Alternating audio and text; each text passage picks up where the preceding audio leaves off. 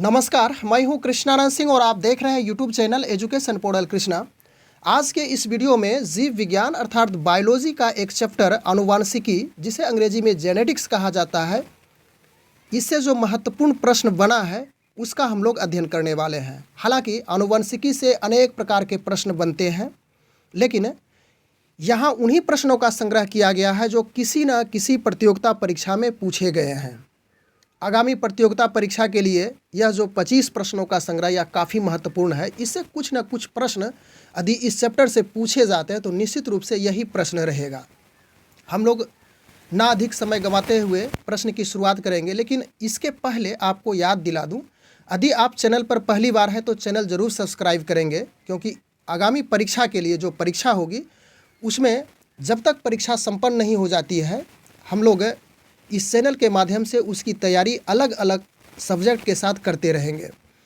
और वीडियो यदि आपको पसंद आए, वीडियो आपके मन को यदि भा जाता हो तो निश्चित रूप से लाइक भी करना ना भूलेंगे। आपके एक लाइक से हमें प्रेरणा मिलती है, हमें जिज्ञासा जगती है कि आपके लिए पुनः मैं अगला वीडियो लेकर के आ जाऊं। तो चलिए हम लोग अधिक समय नहीं गंवाएंगे।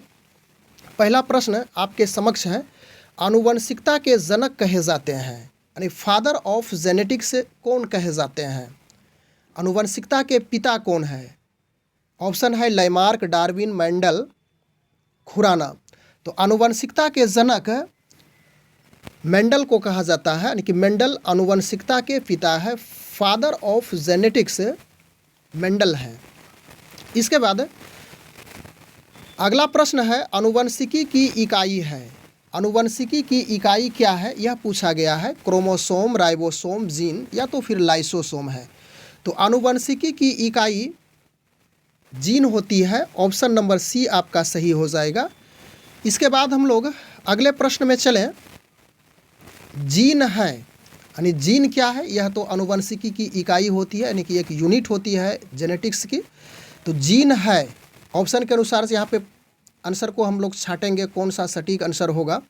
यकृत का एक भाग, आरएनए का एक भाग, क्रोमोसोम का एक भाग या तो फिर डीएनए का एक भाग। तो जीन एक डीएनए का एक भाग होता है। नेक्स्ट क्वेश्चन, सर्वप्रथम प्रयोगशाला में जीन का संश्लेषण करने वाले वैज्ञानिक कौन थे? ऑप्शन है मेंडल, डार्विन, उसके बाद नीचे है वाटसन और खुराना। तो आपका राइट आंसर खुराना होगा। हरगोविंद खुराना ने ही प्रयोगशाला में सबसे पहले इसका प्रयोग करके उन्होंने पता लगाए थे। और संश्लेषण यानी कि संश्लेषण कहने का अर्थ हो गया कि एक प्रकार का जो जानकारी होती है जीन के बारे में, डॉक्टर हरगोविंद खुराना के द्वारा ही किया गया था। अगला प्रश्न है 5वां नंबर, जीन एक एंजाइम सिद्धांत प्रतिपादित किया गया था। जितने भी प्रश्न होगा काफ़ी महत्वपूर्ण है, प्रतियोगिता परीक्षा में पूछे गए प्रश्न है। एक जीन एक एंजाइम सिद्धांत प्रतिपादित किया गया था। किसके द्वारा प्रतिपादित किया गया था? ऑप्शन है वाटसन और क्रिक, हरगोविंद खुराना, वीडन और टाइटम मॉर्गन। तो आपका राइट आंसर यहाँ पे वीडल और टाइटम होगा, यानी कि वीडल और टाइटम के द्वारा एक जीन एक एंजाइम सिद्धांत को प्रतिपादित किया गया था। इसके बाद अगला प्रश्न है, जीन को सूचित किया जाता है। जीन को किससे सूचित किया जाता है यहाँ पे पूछा गया है। तो ऑप्शन यहाँ पे आनुवंशिकता की इकाई, तो इससे भी सूचित किया जाता है जीन को। डीएनए का एक भाग है, यह भी इसको सूचित करता है। उत्परिवर्तन की इकाई, यह भी सूचित करता है। इसलिए आपका राइट आंसर डी हो जाएगा। उपर्युक्त सभी तरह से जीन को इंगित किया जाता है। अगला प्रश्न है 7वां नंबर, जीन अवस्थित होते हैं, यानी जीन कहाँ पे स्थित होते हैं? ऑप्शन है गुणसूत्र में, माइटोकॉन्ड्रिया में, हरित लवक में या तो फिर राइबोसोम में। तो जीन स्थित होते हैं, जीन अवस्थित होते हैं गुणसूत्र में। ऑप्शन नंबर ए आपका सही होगा। अगला प्रश्न है 8वां नंबर, जीन का वर्तमान नाम देने वाले वैज्ञानिक कौन है? यानी कि जो प्रेजेंटेशन में है, प्रेजेंट एज में है, जब दिया गया इसका नाम अभी हाल फिलहाल में, यानी कि जब भी दिया गया हो, अभी तो दिया नहीं गया है। तो जीन का वर्तमान नाम देने वाले वैज्ञानिक का नाम यहाँ पे पूछा गया है। ऑप्शन आपके समक्ष है हेल्डन, मेंडल, गाल्टन, और उसके बाद है डी नंबर ऑप्शन जोहानसन। तो आपका यहाँ पे राइट आंसर क्या होगा, इसकी जानकारी हम लोगों को ढूंढना। जीन का वर्तमान नाम देने वाले वैज्ञानिक, तो इसका वर्तमान नाम देने वाले वैज्ञानिक का नाम जोहानसन था, यानी ऑप्शन नंबर डी आपका सही हो जाएगा। इसके बाद हम लोग अगले प्रश्न में चलते हैं।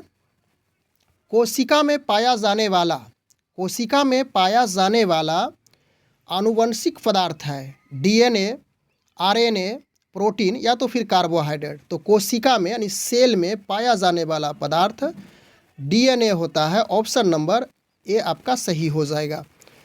अगला प्रश्न है 10 नंबर, प्रयोगशाला में सर्वप्रथम डीएनए यानी कि डीएनए का संश्लेषण किसके द्वारा किया गया था? ऑप्शन है मिलर के द्वारा, खुराना के द्वारा, दोनों के द्वारा, या तो इनमें से कोई नहीं। तो मिलर के द्वारा, मिलर और खुराना दोनों के सहयोग से, दोनों के द्वारा सर्वप्रथम डीएनए का संश्लेषण किया गया था, यानी कि मिलर और हरगोविंद खुराना। ऑप्शन नंबर, इसको फिर से हम लोग सुधार लें, मिलर और खुराना नहीं होगा। यहाँ पे पुनः हम लोग प्रश्न पढ़ें। प्रयोगशाला में सर्वप्रथम डीएनए का संश्लेषण किया गया था, किसके द्वारा किया गया था? तो आपका right answer doctor Hargobind Khorana होगा, ऑप्शन नंबर बी हो जाएगा। अगला प्रश्न है 11 नंबर, डीएनए का डबल हेलिक्स मॉडल किसने दिया था? डीएनए का डबल हेलिक्स मॉडल काफ़ी यह पूछा जा गया है प्रश्न। तो आपका आंसर वाटसन और क्रीक हो जाएगा, ऑप्शन नंबर सी, यानी वाटसन और क्रीक के द्वारा, यह वैज्ञानिक थे, जीव विज्ञान के वैज्ञानिक थे, जिन्होंने डीएनए का डबल हेलिक्स मॉडल प्रस्तुत किए थे।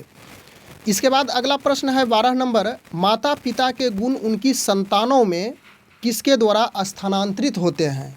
माता पिता के गुण उनकी संतानों में किसके द्वारा स्थानांतरित होते हैं? रक्त द्वारा, हार्मोन द्वारा, गुणसूत्र द्वारा, या इनमें से कोई नहीं। तो आपका राइट आंसर गुणसूत्र द्वारा होगा, यानी क्रोमोसोम के द्वारा ही माता पिता के गुण उनके संतानों में, चाहे वह बेटा हो या बेटी हो, उसमें स्थानांतरित हो जाते हैं। अगला प्रश्न है 13 नंबर, किस कारण माता पिता की सभी संतानें एक ही समान नहीं होती है, यानी किसके कारण नहीं होती है, यह पूछा गया है। तो यहाँ पर ऑप्शन है अनुवंशिकता, विभिन्नता, वातावरण, उपर्युक्त दोनों, इनमें से कोई नहीं। तो आपका यह ए और बी दोनों सही हो जाएगा, यानी कि इस अनुवंशिकता विभिन्नता, आनुवंशिक विभिन्नता, वातावरण की विभिन्नता के कारण माता पिता की सभी संतानें एक समान नहीं हो पाते हैं, ऑप्शन नंबर सी सही होगा। अगला प्रश्न है 14 नंबर, मनुष्य में द्विगुणित क्रोमोसोम, यानी कि द्विगुणित कहने का अर्थ हो गया कि यह जोड़ा कह रहा है कि कितने जोड़े क्रोमोसोम, कितने जोड़े गुणसूत्र पाए जाते हैं। तो आपका यहाँ पे राइट आंसर 23 होगा, यानी कि 23 जोड़े पाए जाते हैं, और कुल संख्या पूछी जाए तो 46 क्रोमोसोम पाए जाते हैं।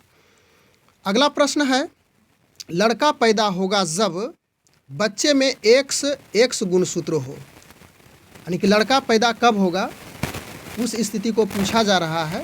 तो क्या क्या क्रोमोसोम मिलेगा? तो एक्स बच्चे में वाई गुणसूत्र हो, या तो बच्चे में XY गुणसूत्र। तो आपका राइट आंसर XY वाला होगा। XY गुणसूत्र जब मिलेगा तो लड़का होगा, और XX जब मिलेगा तो वहाँ पे लड़की जन्म लेगी। इसके बाद हम लोग 16 नंबर प्रश्न की शुरुआत करें। मानव में गुणसूत्र की कुल संख्या कितनी होती है? इसकी चर्चा हम लोग पीछे ही कर चुके हैं। मानव में गुणसूत्र की कुल संख्या 46 होती है, और यह द्विगुणित यानी जोड़े के रूप में 23 होते हैं। इसके बाद अगला प्रश्न 17 नंबर, मनुष्य में नर गुणसूत्र सम्मिलित होता है, यानी कि नर गुणसूत्र सम्मिलित क्या होता है? तो XY हम लोग अभी तुरंत चर्चा किए, XY नर होता है, और XX रहे तो यह मादा होता है, यानी कि मनुष्य में नर की चर्चा की गई है तो यह XY, और मादा की चर्चा की जाएगी तो XX हो जाएगा। अगला प्रश्न है 18 नंबर, बच्चों के लिंग निर्धारण के लिए उत्तरदायी क्रोमोसोम, यानी कि उत्तरदायी गुणसूत्र क्या होते हैं? तो पिता का, या तो फिर माता का, या तो माता और पिता दोनों का, इनमें से कोई नहीं। तो आपका राइट आंसर ए होगा, यानी कि पिता के गुणसूत्र के आधार पर बच्चों का लिंग निर्धारण होता है, यानी कि वह बच्चा लड़का होगा या लड़की होगी। अगला प्रश्न है 19 नंबर, एक सामान्य मानव शुक्राणु में ऑटोसोम की संख्या कितनी होती है? 20 जोड़ी, 21 जोड़ी, 22 जोड़ी या तो फिर 23 जोड़ी। तो आपका राइट आंसर 22 जोड़ी होगा, यानी कि 22 जोड़ी जो क्रोमोसोम होता है इसको ऑटोसोम कहा, यानी कि समान रूप से यह पाया जाता है। और 23वां जोड़ी क्रोमोसोम भिन्न भिन्न होते हैं, जो कि लिंग निर्धारण के लिए ज़रूरी हो जाता है। अगला प्रश्न है 20 नंबर प्रश्न, मनुष्य में कौन से क्रोमोसोम के मिलने से बालक का जन्म होता है? इसका जवाब आप ज़रूर दे देंगे, क्योंकि इसकी चर्चा हम लोग पीछे कर चुके हैं और यह प्रश्न आपके लिए मैं छोड़ रहा हूँ। यानी बालक मतलब लड़का, लड़का जन्म होगा तो कौन सा क्रोमोसोम मिलना चाहिए, और लड़की जन्म होगी तो इसकी भी चर्चा हम लोग किए थे। इसकी यानी कि XX से लड़की, और लड़का के लिए क्या होगा। तो ऑप्शन क्या इसमें सटीक है, आप कमेंट के माध्यम से ज़रूर इसकी जानकारी देंगे। इसके बाद 21 नंबर प्रश्न है, कौन एक लिंग सह लग्न रोग है? पुष्ट क्षय रोग, वर्णांधता या ल्यूकेमिया। तो यहाँ पे वर्णांधता एक ऐसा रोग है जो लिंग सह लग्न रोग है, यानी कि यदि माता पिता वर्णांधता से पीड़ित हैं तो उसके बच्चे भी इस रोग से ग्रसित हो जाएंगे। लिंग सहलग्न कहने का अर्थ यही हो गया। इसके बाद अगला प्रश्न 22 नंबर, लाल हरी वर्णांधता होने का क्या कारण है? लाल हरी वर्णांधता होने का क्या कारण है? ऑप्शन है अधिक मदिरापान, यानी कि अधिक शराब का सेवन करते हों, या तो फिर X गुणसूत्रों की वंशागति, या फिर अगला ऑप्शन है Y गुणसूत्र की वंशागति, या विटामिन E की कमी। तो आपका राइट आंसर X गुणसूत्रों की वंशागति होगी, ऑप्शन नंबर बी सही होगा। अगला प्रश्न 23 नंबर में हम लोग आ चुके हैं, हीमोफीलिया में। ऑप्शन के अनुसार से यहाँ पे आंसर मिल जाएगा। हीमोफीलिया में हीमोलाइसिस होता है, रक्त का थक्का नहीं बनता है, दोनों इनमें से कोई नहीं। तो हीमोफीलिया, जो व्यक्ति हीमोफीलिया से ग्रसित है उसका रक्त का थक्का जल्दी नहीं बन पाता, यानी कि इसकी टाइमिंग बढ़ जाती है और इस कारण से उन व्यक्ति की मृत्यु भी कभी कभी हो जाती है। इसके बाद 24 नंबर प्रश्न है, एक वर्णांध पुरुष का विवाह दूसरे वर्णांध पुरुष के समान पुत्री से हुआ है तो संतानों में क्या होगा? सभी पुत्रियां, इसको इस प्रकार से पुत्रियां पढ़ेंगे। टाइप करने में प्राय गलती होती है, काफ़ी मेहनत लगती है इस वीडियो को बनाने में। हर प्रश्न को टाइप करके बनाना पड़ता है लैपटॉप की सहायता से, जो ज़रूरी है। ऐसा नहीं कि किसी सेट से उठाया गया और प्रश्न यहाँ पे डाल दिया जाता है। इसलिए कहीं कहीं यदि कुछ गलतियाँ हैं तो इसे इग्नोर करेंगे और मैनेज करने का प्रयास करेंगे। चलिए प्रश्न फिर से इसको पढ़ लें। एक वर्णांध पुरुष का विवाह दूसरे वर्णांध पुरुष के समान पुत्र से हुआ है तो संतानों में क्या होगा? तो इसमें राइट आंसर होगा आधे पुत्र वर्णांध हो जाएंगे, ऑप्शन नंबर सी होगा। इसके बाद हम लोग अंतिम प्रश्न 25 नंबर में आ चुके हैं। शिशु का पितृत्व स्थापित करने के लिए किस एक तकनीक का प्रयोग किया जाता है? कहने का अर्थ हो गया कि कोई शिशु यदि खो जाता है तो उस स्थिति में वह किसका पुत्र है। यदि दो महिला या दो पिता वहाँ पे खड़ा हो जाएं और वह कहे कि यह मेरा पुत्र है, तो पता नहीं चलेगा कि वास्तविक में यह किसका पुत्र है। तो उसका पता लगाने के लिए, उसको जानने के लिए किस तकनीक, किस टेक्नोलॉजी का प्रयोग किया जाता है, यह पूछा गया है। तो प्रोटीन विश्लेषण, गुणसूत्र गणन, DNA का मात्रक विश्लेषण और DNA फिंगरप्रिंट। आपका राइट आंसर डी हो जाएगा। तो इस प्रकार से इस वीडियो के माध्यम से हम लोग 25 प्रश्न का अध्ययन किए, जो काफ़ी महत्वपूर्ण है। इसकी चर्चा हम लोग पहले ही कर चुके थे कि आनुवंशिकी अर्थात जेनेटिक्स में बहुत सारे प्रश्न बनते हैं, लेकिन यह प्रश्न प्रतियोगिता परीक्षा में बार बार पूछे जाते हैं और पूछे भी गए हैं। उन्हीं प्रश्नों को यहाँ पे लिया गया है और आपकी जो संभावित परीक्षा होगी तो उसके लिए, यानी जब हो परीक्षा तो यह प्रश्न संभावित प्रश्न के रूप में जाना जाएगा। बस आज के वीडियो में हम लोग इतनी ही चर्चा करने के लिए उपस्थित हुए थे। Thanks for watching, good bye.